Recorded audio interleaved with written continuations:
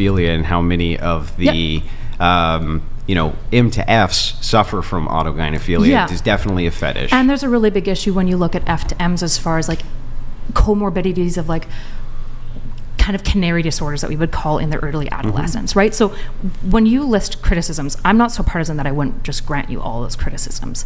The issue for me when we're talking about definitions is A, it's a boring conversation to me, and B, the history that you gave isn't quite correct. For example, wifeman etymologically just comes from talking about like the other partner who wasn't the man, like it was just wifeman. These also got lots of cultures, for example, that have something like the Fa'afafine. The Fa'afafine is a third gender that exists in a Samoan culture. It's existed for a couple of hundred of years. And I would agree if you're like, well, that's a case, different example. The problem is that there is history and dialogue about gender dynamics to some degree. It's just the issue is like they didn't have the language that we have now when they talk about it. They had the language in the 20s, the 30s, the 40s, the 50s to say, hey, Bill over there, he's not just wearing a wig. Right? He's a woman. They had the language to do that. Of course they did. Like they were also very suppressed. Buckler donated to. But my other thing is, if you look at what gender is supposed to represent, it has two ends of an extreme.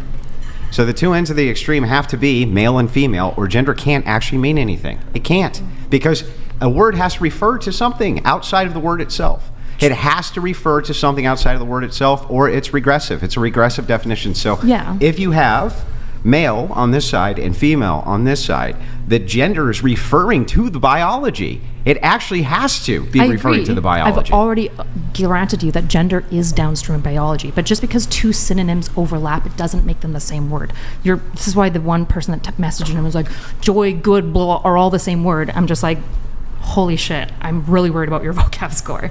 We do have a whole bunch of synonyms, but when you actually look into what the words mean, this is why it's really frustrating when somebody says like maybe joy and happiness. They're synonyms, they're kind of similar, and they overlap a ton, and maybe the beginning and ends of joy are all encapsulated within happiness. But most people treat joy like a separate word than happiness. This is how we engage with these words. Okay, so let's just grant that this is true. Sure. Okay. Let's say if I look at a trans woman and say, that's a guy with a wig, and you say, no, it's not, right? Super depend to me. Right, how am I wrong? I guess it would depend. Is the person passing?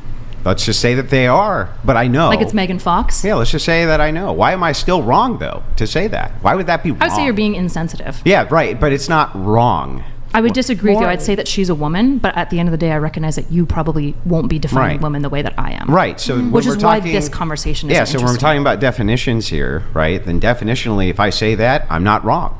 Now, if I'm moving back towards you, I think that I have a better case to make for why you are.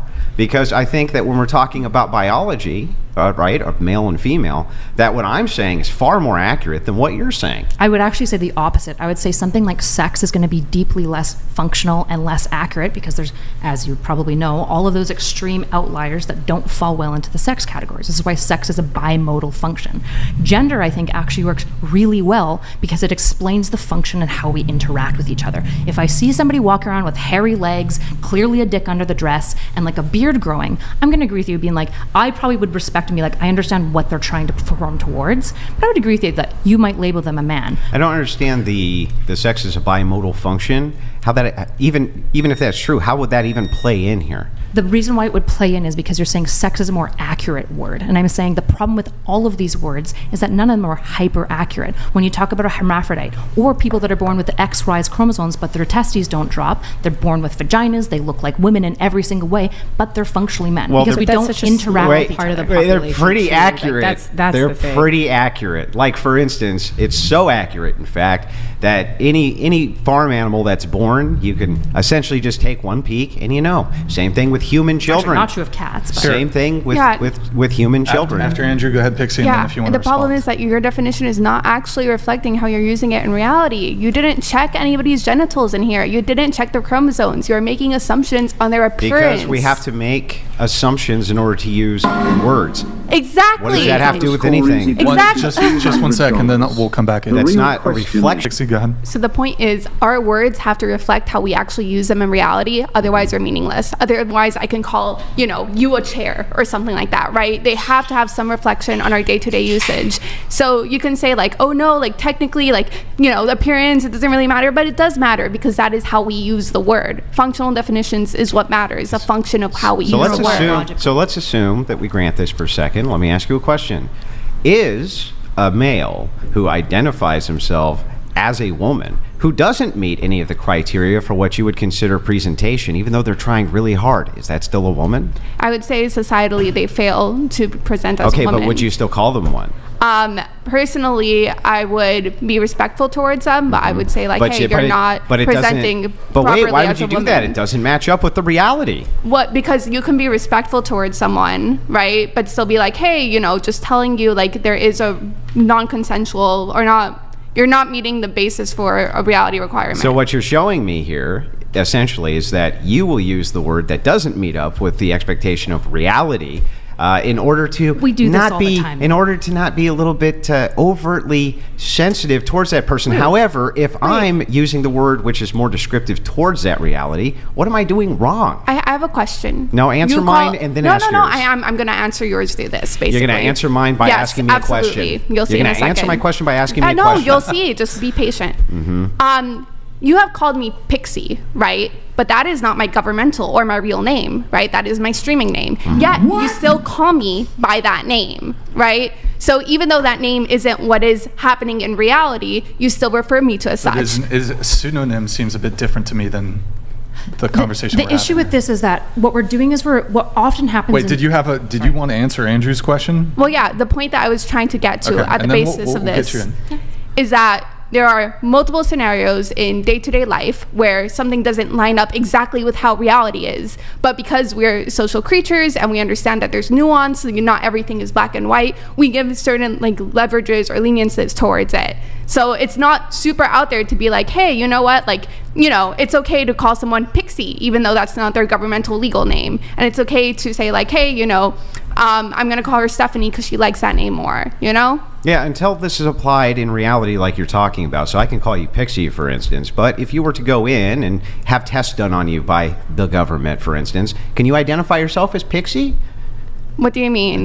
Or can you write Pixie and then your last name? Or do you have to write your first and last name issued to you by the government? Do you have to check if you're male and female? Yeah, I'm not right? I'm not disagreeing with that. Yeah, When so did that ever come to my question disagreement? becomes, when it comes to use, I don't even understand what your point is. Well, because there's a difference between institutional uses and interpersonal uses and political uses. This is obvious, right? So a big problem that happens in all these discussions is we talk about macro, which is ideology. So you would say, I disagree. You probably think trans ideology is super harmful. You disagree with all that. I'm assuming. Correct me if That's I'm wrong. true.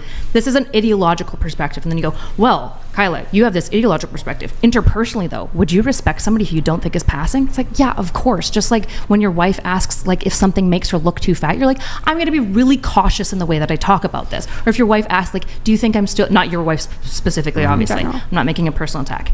But if somebody's wife is do I still look beautiful? And she's she doesn't look like she did in her 20s, you kind of lie a little bit. Interpersonally, you do a lot of things that are polite, but obviously at an institutional level, these are also different, right? Acting like all these things must be treated equally is a dishonest way in the way that words are used, because words are deeply generative and Unfortunately, dynamic. when we get into things like legislation, how we govern the world, Sure, and yeah. how people actually or deal with these things in real time, Yep. there's a huge amount of resentment which is built up over the fact that we're expected Modest to lie Heat about has things we know aren't true. donated Just 1 sec. If T women are women, why do they all get offended when being treated by men like a women? Why are a large portion somehow lesbian? If I call a trans woman sweetheart, they rage. Facts of life. It's ma'am. Which actually, okay. this brings up a great point, which is if it just comes down to identification, it can't, because this would create all kinds of issues. Like, for instance, if you were sleeping with someone and they identified as the opposite sex while you were sleeping with them and really meant it, would that make you a homosexual? That doesn't, that kind of stuff makes no sense on its face. These self-ID claims are absurd. I'm not using self-ID. Okay, but you kind of are. We're definitely and definitionally not, and this is why so many trans people hate So me. let's Just to be let's clear, find out. I am not Hang on, using hang on. self-ID. If it's not self-ID, right?